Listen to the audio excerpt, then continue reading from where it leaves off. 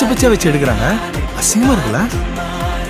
ஏய், படத்தில் ஃபைனல் அப்படிலாம் வராதுடா, அப்படியே டோட்டலாக மாற்றிடுவாங்க. நிறைய நாட்கள் கிளாஸ் கட் அடிச்சுட்டு அவளை பார்த்துட்டே நின்றுட்டு இருந்தேன். நல்ல விதமாக தான் சொல்கிறேன். காலை விழிப்பு வந்ததும்